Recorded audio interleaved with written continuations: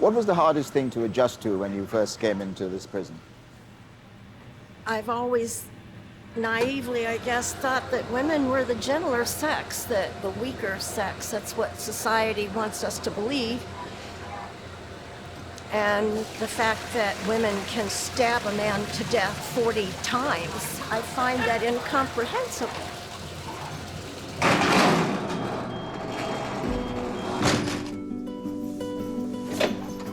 South of Chicago, in the state of Indiana, 2 prisons hold some of America's most dangerous female criminals. The Rockville Correctional Facility and Indiana Women's Prison house over 1,800 offenders. Many are serving long sentences for extremely violent crimes. Some will end their days here. How severely was the victim hurt? The bullet came into close contact with his eye and You shot him in the face? Yes. For 4 weeks, I was given access to a world and a culture, the like of which I've never known. So you were classed as a baby killer? I was that, I am that. I'm a lot more than that as well, but that's who I am. America imprisons more women than anywhere else in the world.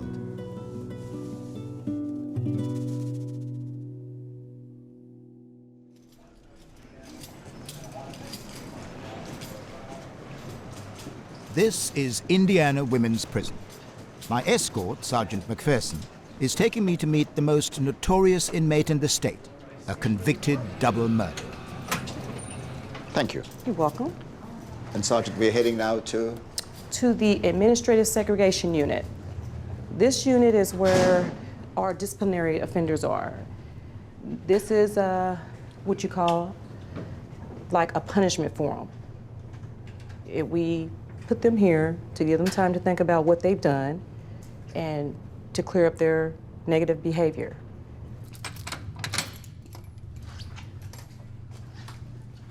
Offenders in this unit spend more than 20 hours a day locked in their cells. They have no contact with the rest of the prison population. Hey, Sarah, you ready?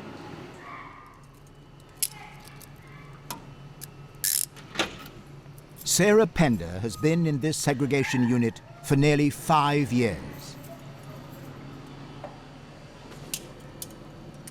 This is punishment not for the double murder for which she was convicted, but for an incident in 2008 which made headline news across the country. Why do you think that they have given you this long sentence, as it were, in segregation unit? Because I embarrassed them. How did you embarrass them? Well, I escaped from what was supposed to be a maximum security prison. How did you do that? An officer aided me. In what way? This is a little embarrassing. He drove me out. They have these transportation vans that come in to get fuel. They have like their own little gas station, and we planned it so that when he came in to get fuel, then I came out and got in the van. How did you manage to persuade an officer? Well, I didn't actually... To take you out? I didn't actually ask him. Yeah, I know. It's, I was having... when I was planning my escape, I planned on doing it by myself. And, but I needed money, and I didn't want to ask my family because I would have to lie to them about what it was for. So in order to make money, I worked with this officer who would traffic in contraband, and then my friends would sell it for money, and then I would get the money to save up for my escape. And so he was making a lot of money because I was paying him very well to do this. And he found out that I was planning an escape and saw an opportunity to make more money. And so he said, well, what if I could just roll you out of here? I said, that would be worth my while. And as a side note, I also had a sexual relationship with the officer, and that came out when I escaped, and that was very embarrassing to the department. I think I'm beginning to understand why the authorities have taken such a strong line on your case. Mm-hmm. Because you mentioned it was an embarrassment. I think it's a huge embarrassment for them. Yes, and The only explanation that they've given my mother for why I'm in here is that I'm, quote, too smart for their facility.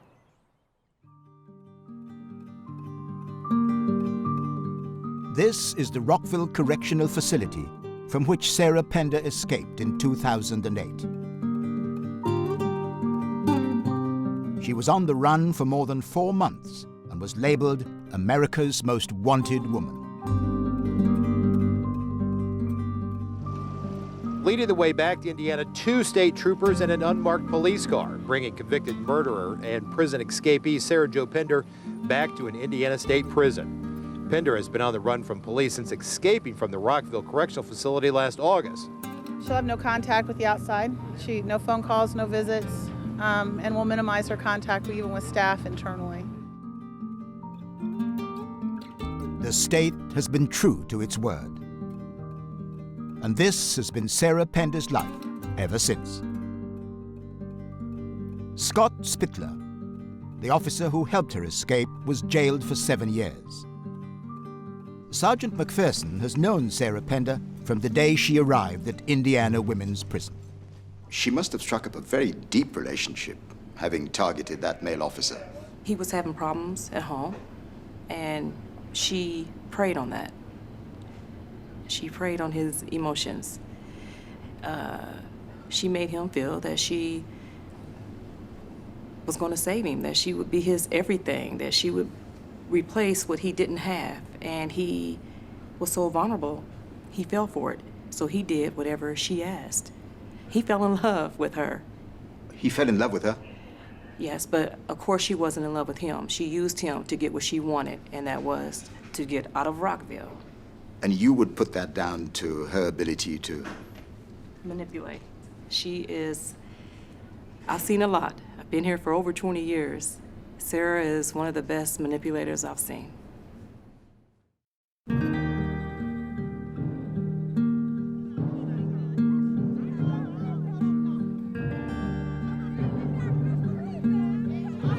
Out in the general population, prisoners must conform to strictly regimented days. 3 hours for recreation.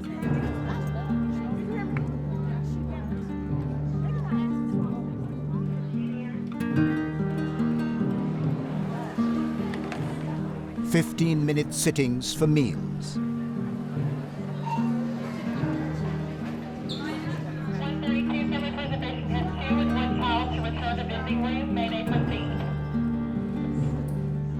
Apart from this routine, inmates are allowed out of their cells, although they're confined to their assigned units. Thank you.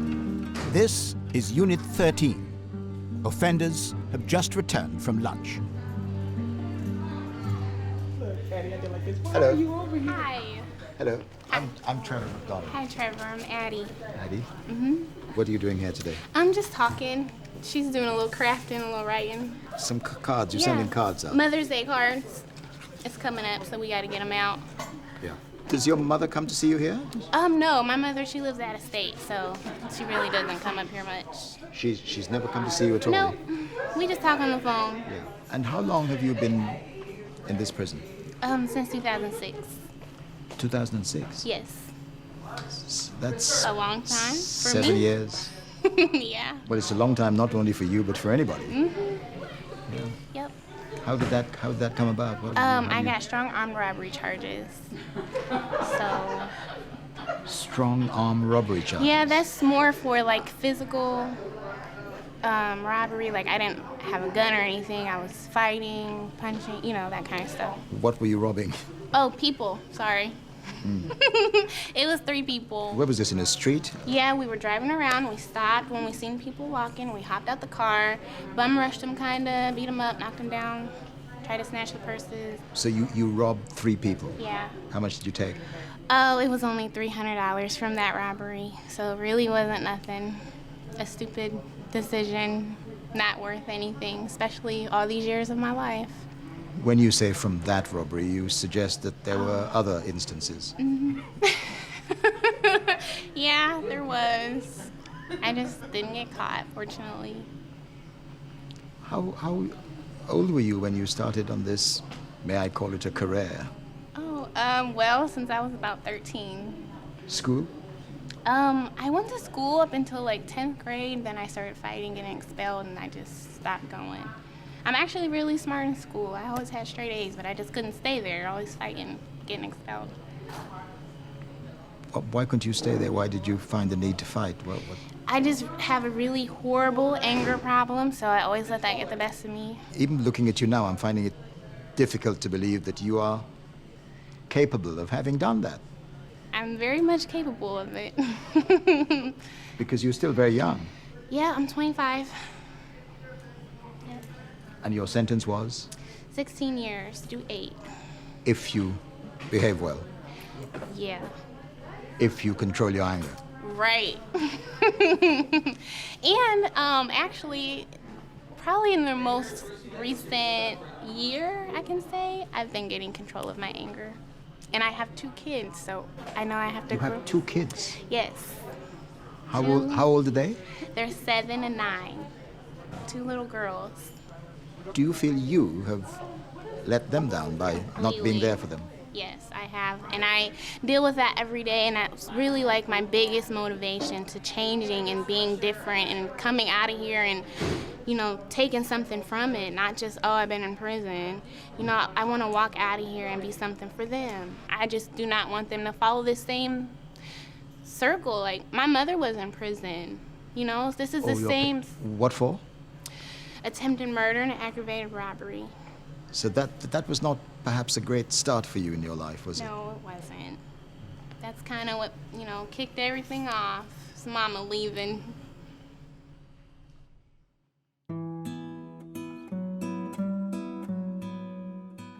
Addie Hartz will be free in only a few months.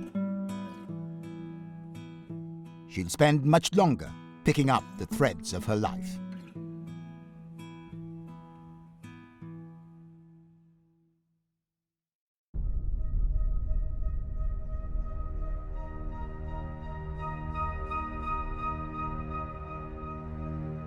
I'm on my way to the Rockville Correctional Facility.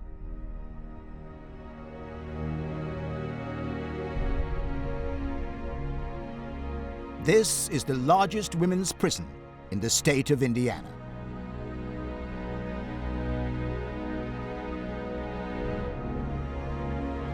I still need Bowen, Jones, Fairchild, Andrea Jones, Dean, Bria, Reuter. Rockville is a clearinghouse for convicts from all over the state. Some will serve all their time here. Others are assessed and moved on to other prisons.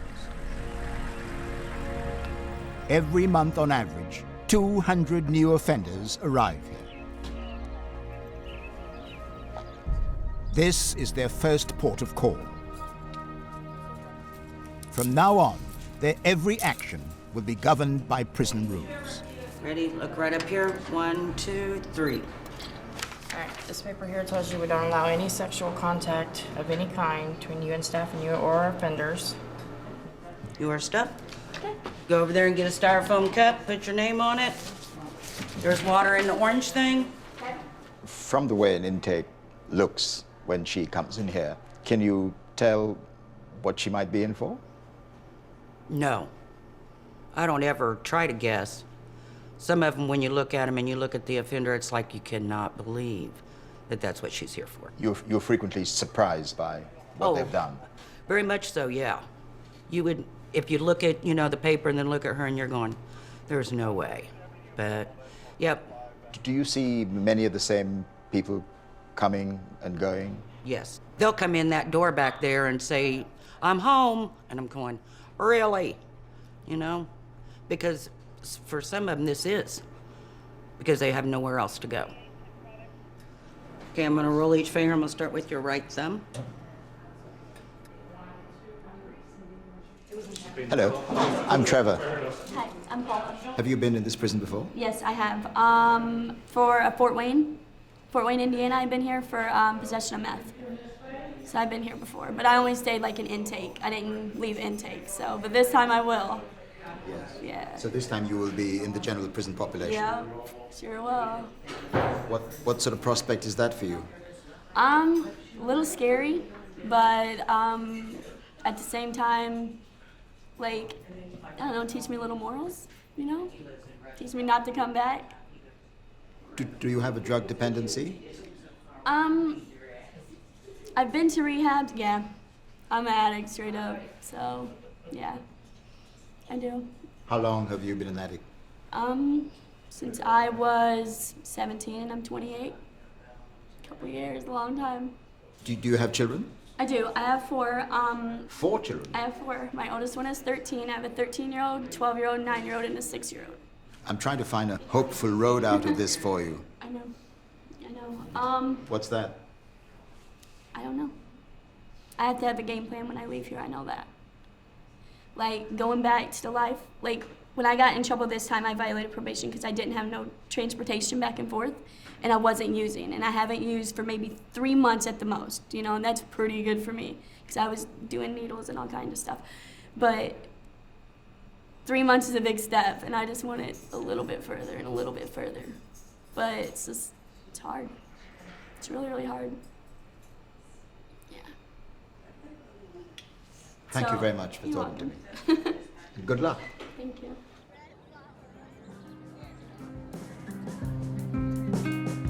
New inmates have a month of prison orientation. They're easily recognized by their orange uniform.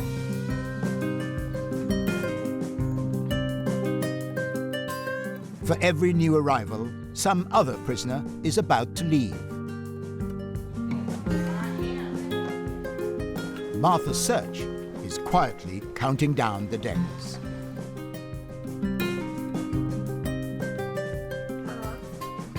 Thank you, ma'am. You're welcome. I caught up with her on her mail delivery round. Martha, how long have you been in? Almost 20 years. The thought of getting out must be a exhilarating one. Yes. But you must also be worried about getting back into the world after all this time. Yeah, I am, but this time has given me time to discover things I didn't have before, like patience. And I know it's going to be hard. It's going to be a little bit difficult, but I just take one day at a time. And I'm just anxious to see how the world has changed in that 20 years. You'll have a lot to catch up on. Yes, I have a lot to catch up on, and I have 2 daughters grown that were ages almost 13 and 16 when I was incarcerated, who are now 32 and 35. So I haven't seen them in a while. Have you seen any of them since you've been here? I haven't seen my youngest daughter since '99. She couldn't do it no more. And my oldest, I stopped coming in 2005 because she didn't want to leave without me anymore. And you missed quite a lot. I just went from here to Terre Haute to the hospital not long ago, and I was awestruck at the things I saw. And I had to have the officer tell me what it was, because I didn't know what it was. Things like what? I seen this little gadget once, and I didn't know what it was, and someone said it was an iPod, so I had to have him explain to me what an iPod was, because I don't know. And a cell phone. I'm used to your cord phones at home. So, I'm like, yeah, I can't wait to get out and try these things. I'm a type of person that likes to learn things, and I'm curious, and I'm gonna find out, and I'm gonna get on Google. I found out all about Google and all them. I just can't wait. I just can't wait to explore everything. So you're waiting to make your entry back into the real world? Yes. And I've told my children that you might still see a little prison in me because I've been down so long. You know, there might be this What does that mean? There might be this one time when I look at the clock and think it's count time. Or not sure if I should answer the telephone. And money's gonna be strange to my hands, you know? And so I said, if I act a little different or if I wander off for an hour or two, don't worry about Mom, I'm exploring. Have you thought what your first night of freedom would be like when you can sleep in a bed of your own? I feel it might show me how a little bit of heaven would feel. That's how I think of it, is a little bit of heaven. Not in a dorm surrounded by other people? Heaven. Heaven. For 20 years, Martha Search has been told what to do and when. All those decisions will soon be hers alone.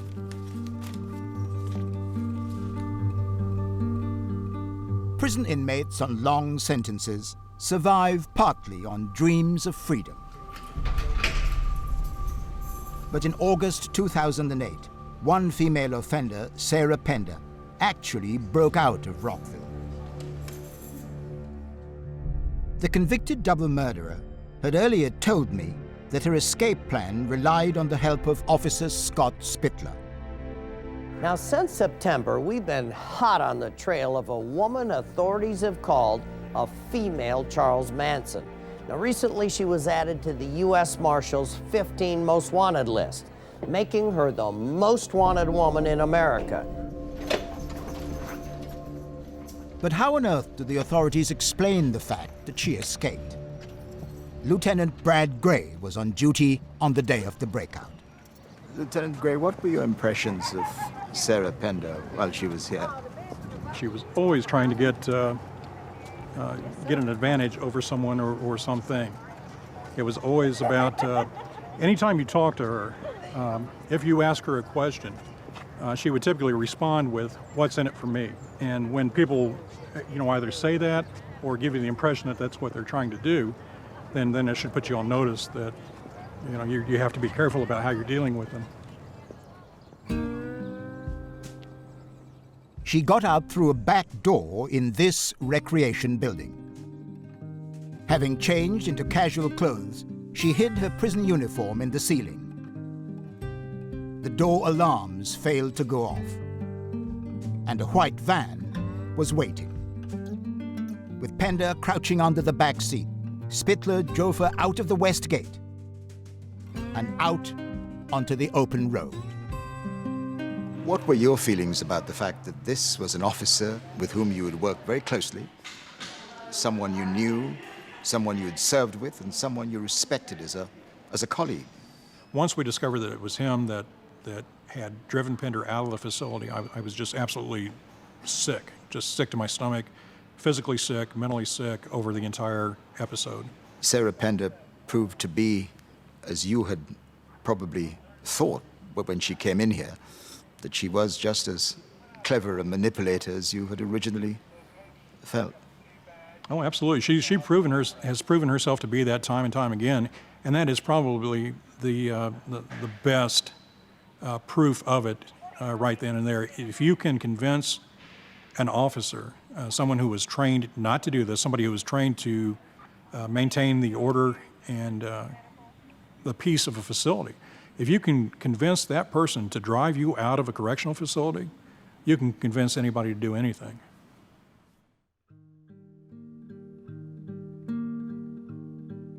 The authorities were bruised by Sarah Pender's escape. She was put in solitary confinement and has now been here for almost 5 years, longer than any other female prisoner in the state.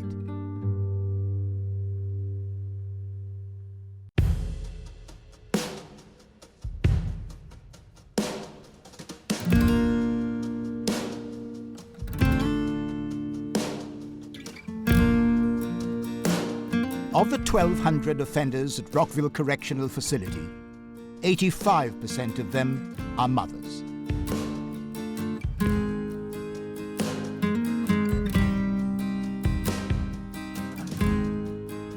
I'm on my way to Dormitory 2, where new arrivals to the prison are housed. Thank you.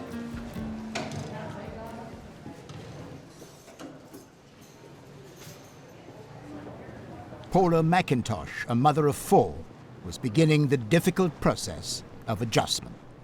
Paula, what was your first night like here? I like going in and seeing all the new girls. Was it a very talkative dorm? Did you get some sleep? They let me sleep. They helped me. They talked to me a little bit, told me if I needed any shampoo or anything, they'd help me out. But yeah, a lot of noise, a lot of echoes. You can wake up easy, What was the biggest shock to you coming into intake? When you get not really to intake, just like when you drive up in that vehicle and you turn around and you see that the last gate close, it's like your heart goes instant. Yeah, it's really hard. Will you have a visit soon, or? No, my family won't come up here.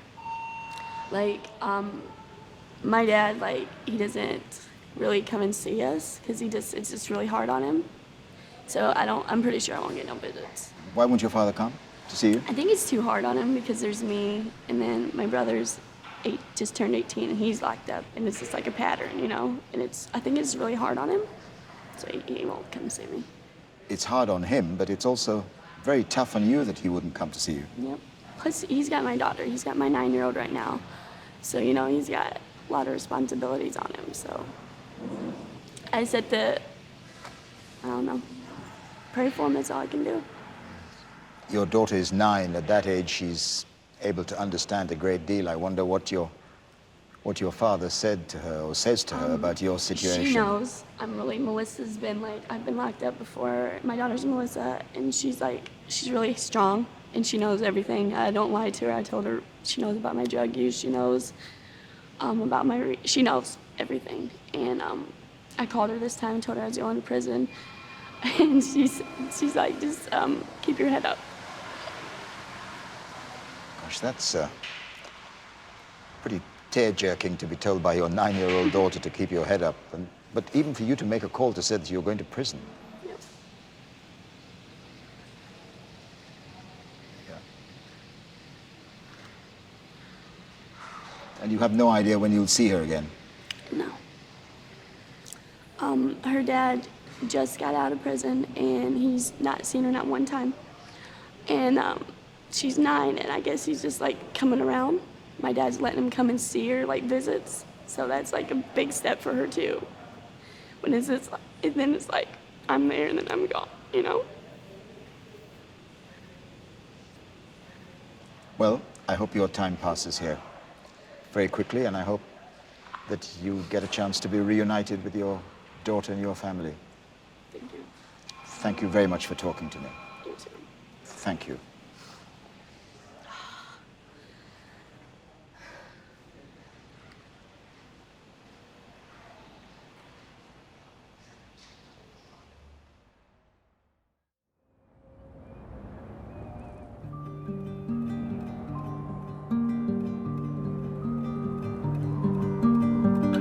At Indiana Women's Prison, it's morning recreation. It's a chance for inmates to make friends and cultivate relationships, which can be a desperately important part of prison life.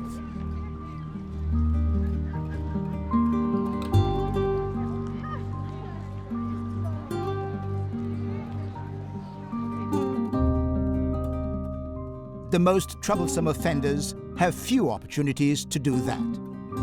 They are confined to this segregation unit. They have 1 hour out of their cells and are escorted, shackled, even to go for a shower. Sarah Pender's cell faces that of her friend, armed bank robber Desiree Hancock. Put your arms back out here then. This one? Yep. I heard you tighten it up after I put it on you. Go ahead, step back. Step out. But I notice you're opposite Sarah Pender. Yes, I love her. That's one of my very good friends, very good friends.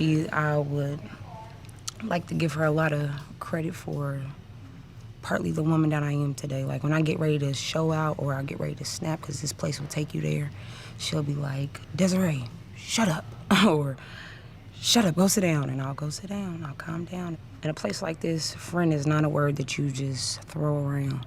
And it's not something that you just say, because women are very vindictive creatures and they're very fake and they're very just catty. They will smile in your face and they would just be like, hey, and I just hope nothing but the best for you. And then you turn around and they done blue slipped you 35 times and trying to get you and your girlfriend separated. How close do these relationships get? You mentioned women and her girlfriend. That's it's a pretty They get pretty deep.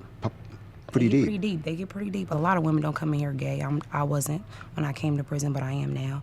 And you have become yes, practicing gay. Is that yes, I'm a lesbian.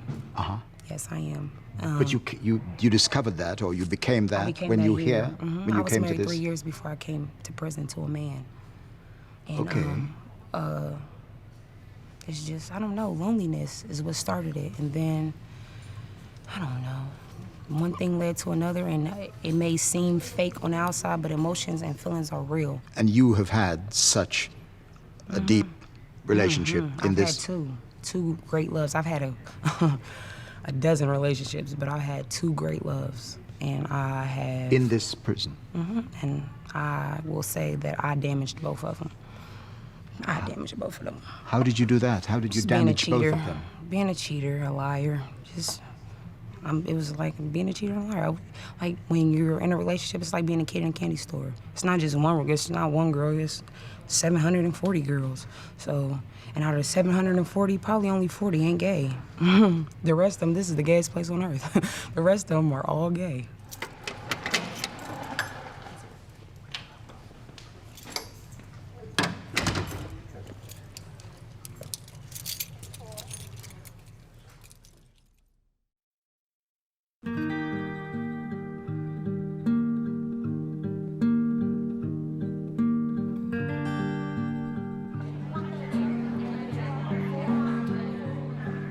It's lunchtime on Unit 13.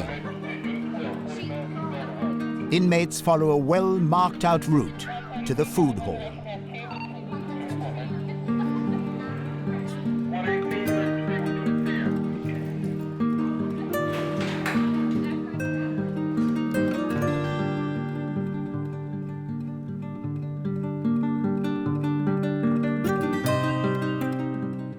I meet up again with Addie Hartz, who is hoping very soon to leave this place for good.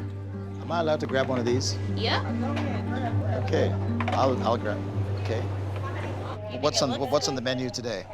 This is a chicken patty with gravy. What is this? A chicken patty. Okay. With gravy.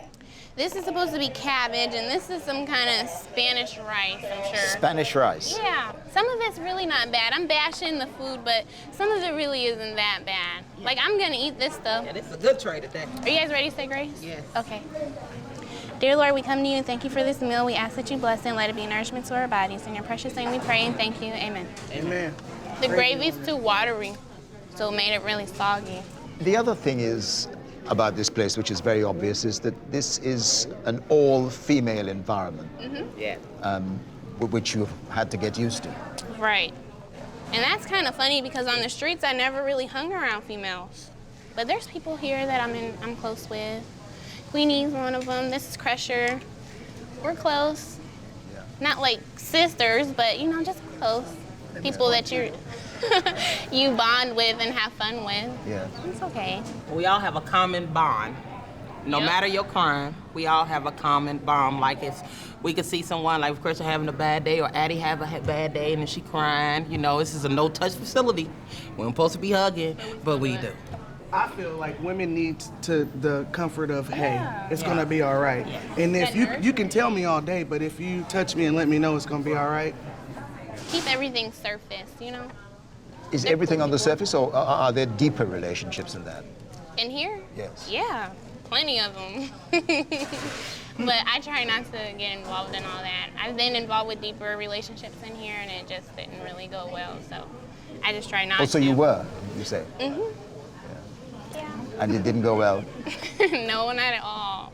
Like, you feel like it's going well while it's going, but once they're, like, out of sight, they go home or something, it never goes as planned. Like, all the words they've said, it doesn't add up.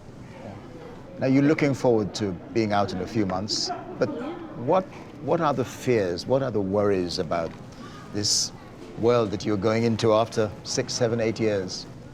Well, what concerns you? Really just the fact of being put back in the same environment, the same surroundings, you know, and making the other choice, not the negative choice. So, what'd y'all say? Y'all don't like it? Well, we was looking at your cabbage. I was wondering, can I have it? You're looking at the cabbage. You can have my cabbage. Yes, please. Please have my cabbage. We're allowed to share food. So you had 2 cabbages today. That's right. You'll take the chicken patty? I sure will. I'm glad my presence here is serving some purpose. So you've left me bread and rice. That's right. And I'm not eating my rice. You can have mine. Thank you very much, ladies. That's how it works around here. Will you miss Addie? Will you miss? Yes, I will. To me, she's a youngster. So I think it's my job to put some meat on her brain, put a little knowledge on her, so she won't come back here, because this is not where you want to be. I keep her grounded, like if she's mad, I'll be like, okay, Addie, let's talk. Do you think that she's going to stay out of trouble? I think so. I think she got it right. She has babies, so I think she's You guys are gonna great. go home. It kind of keeps me really motivated. And that's the big point for you too, isn't it? You'll have your life back with your children. Yeah, that's the biggest thing. I just can't wait. They deserve so much more. You know, like this has been my life, and this is my parents' life, and this was their parents' life. And I'm just so ready to break that curse, that cycle.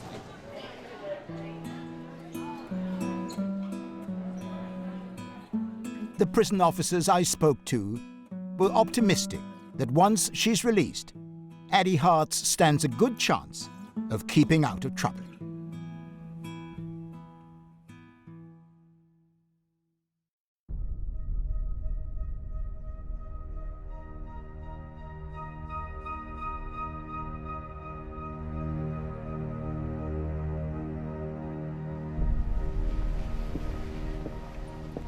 At the end of my first visit, I asked to see the convicted double murderer Sarah Pender again.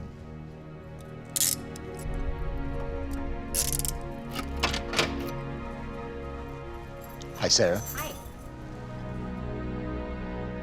Once described as America's most wanted woman, her notoriety is a far cry from her formative years and life as a college student.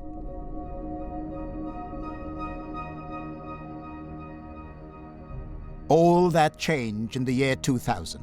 Pender was charged with the murder of a couple with whom she shared a house.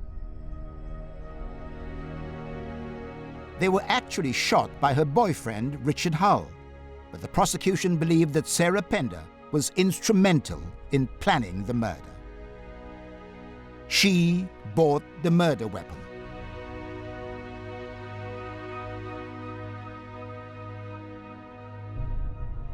And she helped to dispose of the bodies in this skip.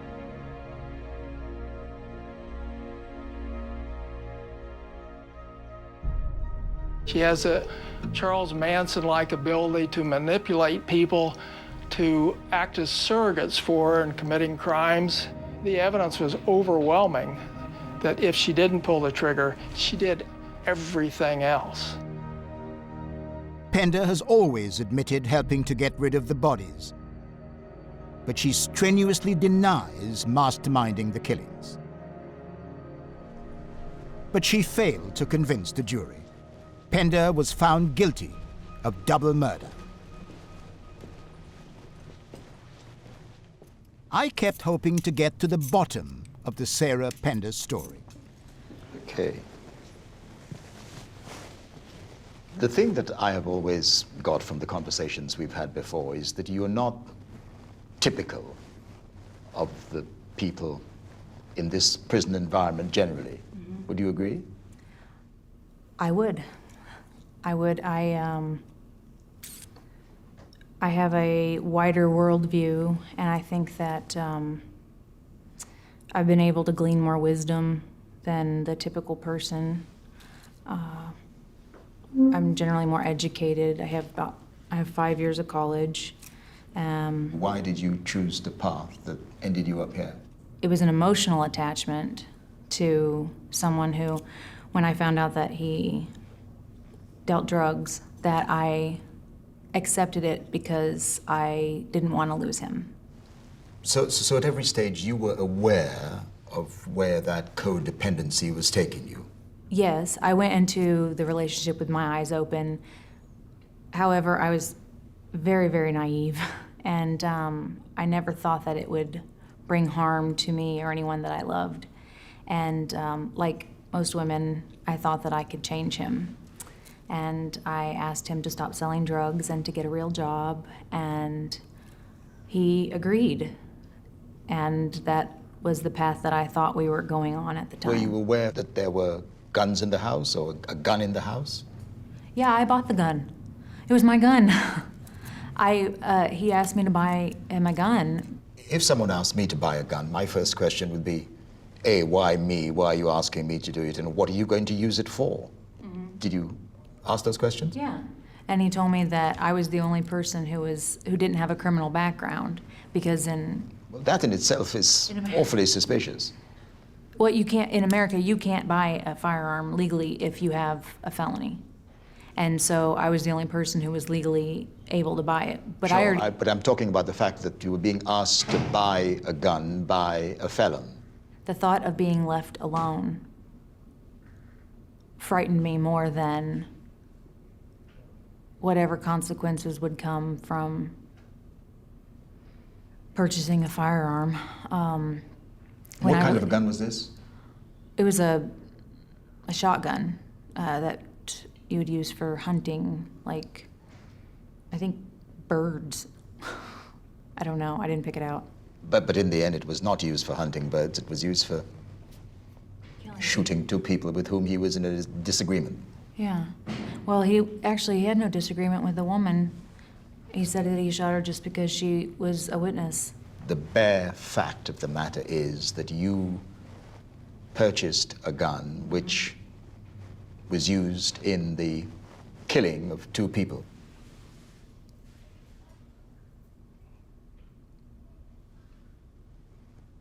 Did you think about the victims of the people who were killed in this crime? I think about them all the time. I think more about their families. The woman had 3 kids. Patricia, she had 3 children. And despite the fact that they were both felons, drug dealers, it doesn't matter. They were still people, and they have families that love them, just like I have a family that loves me. And they can't ever get those people back. What did you think when you heard the judge or the prosecutor pronounce a sentence on you? Because you were given 2 very long sentences. Yes, I was given 110 years. 110 years? Yeah.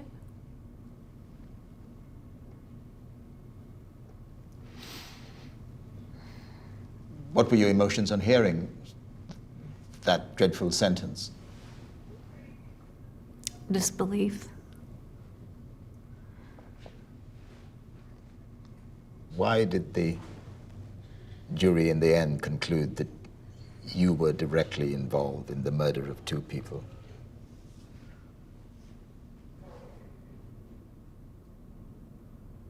I knew that I had committed a crime,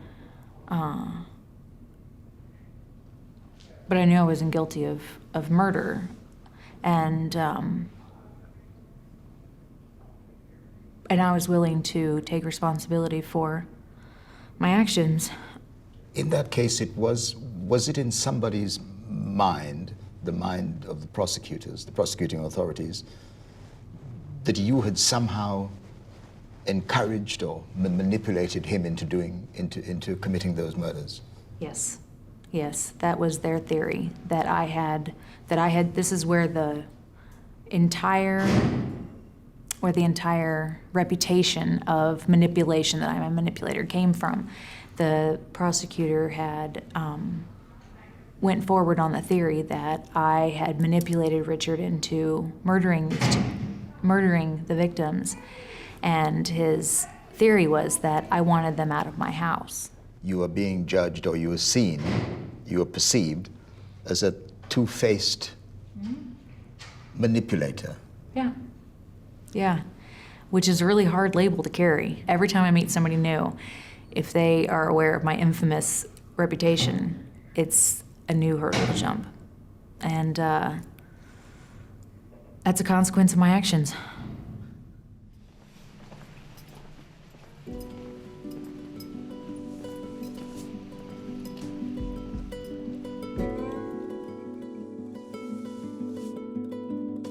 Next week, I talk to a woman who took the life of her 3-month-old son. So you were classed as a baby killer? I was that, I am that. I'm a lot more than that as well, but that's who I am. I meet newborn Zayden. What would you tell your son when he is old enough about where he was born and the circumstances in which he was born? I would just tell him that Mommy made a big mistake and hopefully he won't ever come to a place like this. And I speak to a murderer who managed to stay on the run for 35 years. I heard something coming in the back door, and I thought, oh no, it's the cops.